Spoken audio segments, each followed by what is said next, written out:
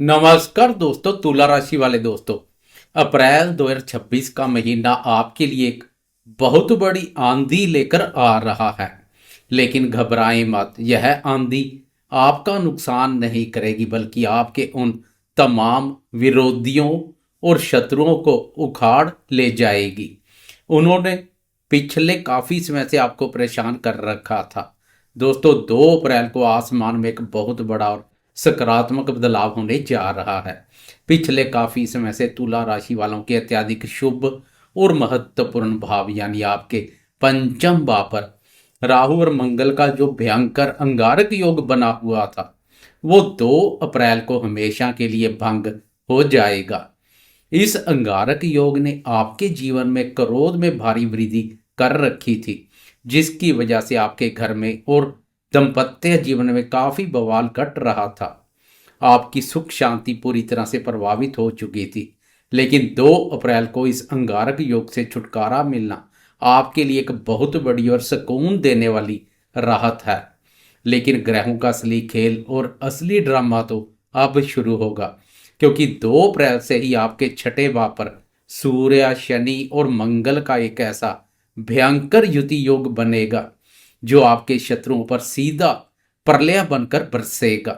आज हम ग्रहों के इसी प्रलय और शांति के अचूक गणित को समझेंगे। मैं हूं आपका अपना एस्ट्रोलॉजर दोस्त राजेश कालिया, और आपके अपने चैनल अक्षित एस्ट्रो मास्टर में आपका बहुत बहुत स्वागत है।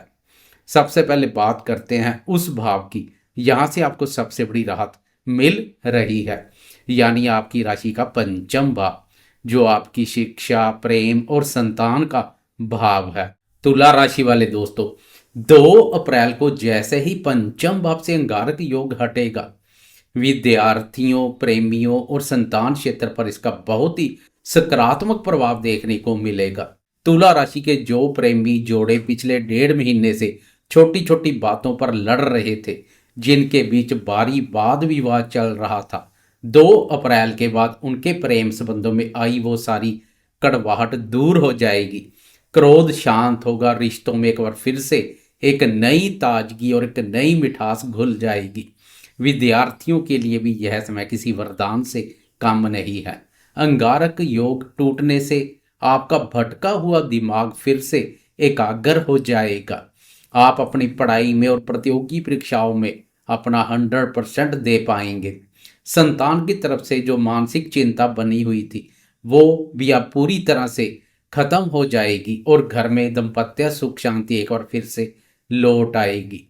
अब आते हैं उस भाव पर जहां इस महीने का सबसे बड़ा महासंग्राम होने वाला है, आपकी राशि का छठा भाव, जो कि रोग, ऋण और शत्रुओं का भाव है।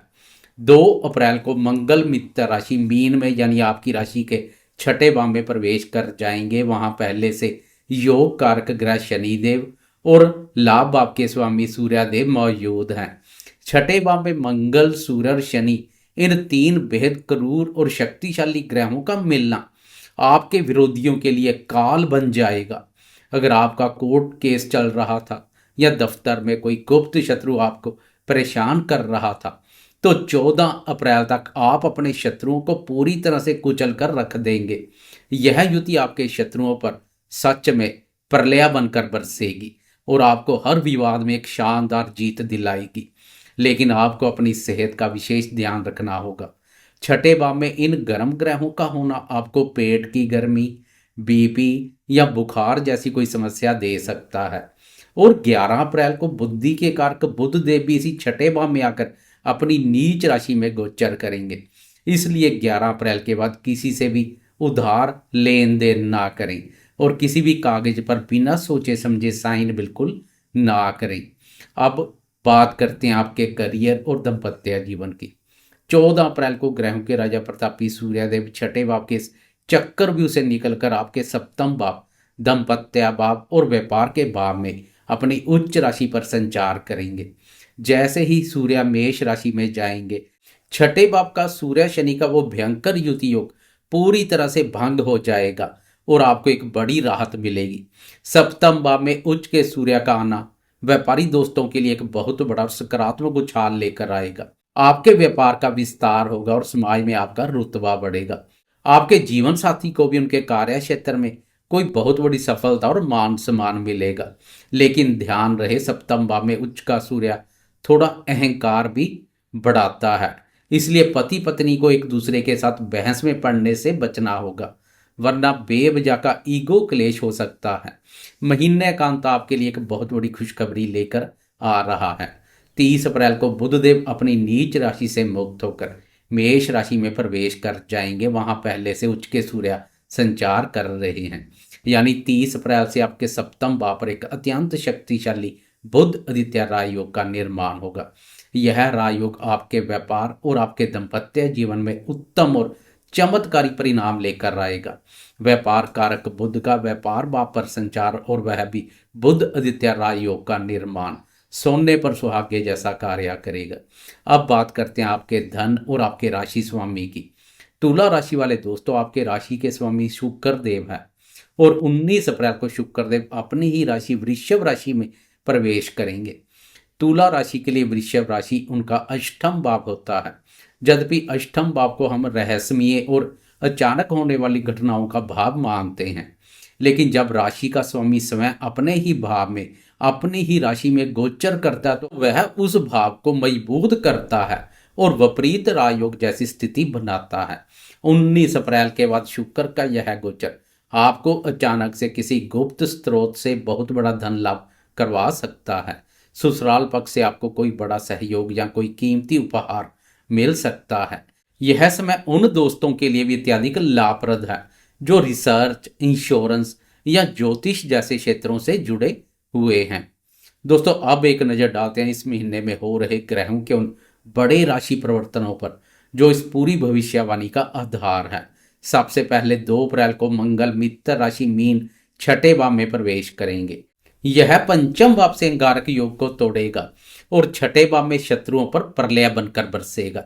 इसके बाद 11 अप्रैल को बुधदेव अपनी नीच राशि मीन राशि में प्रवेश करेंगे, जिससे आपको कागजी कामकाज और कर्ज के लेन देन में भारी सावधानी बरतनी होगी।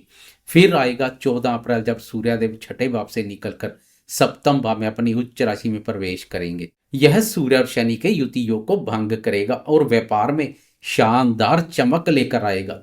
इसके बाद 19 अप्रैल को आपके राशि स्वामी शुक्रदेव अपनी ही राशि वृषभ में प्रवेश करेंगे, जो अचानक धन लाभ और ससुराल से सहयोग बढ़ाएंगे।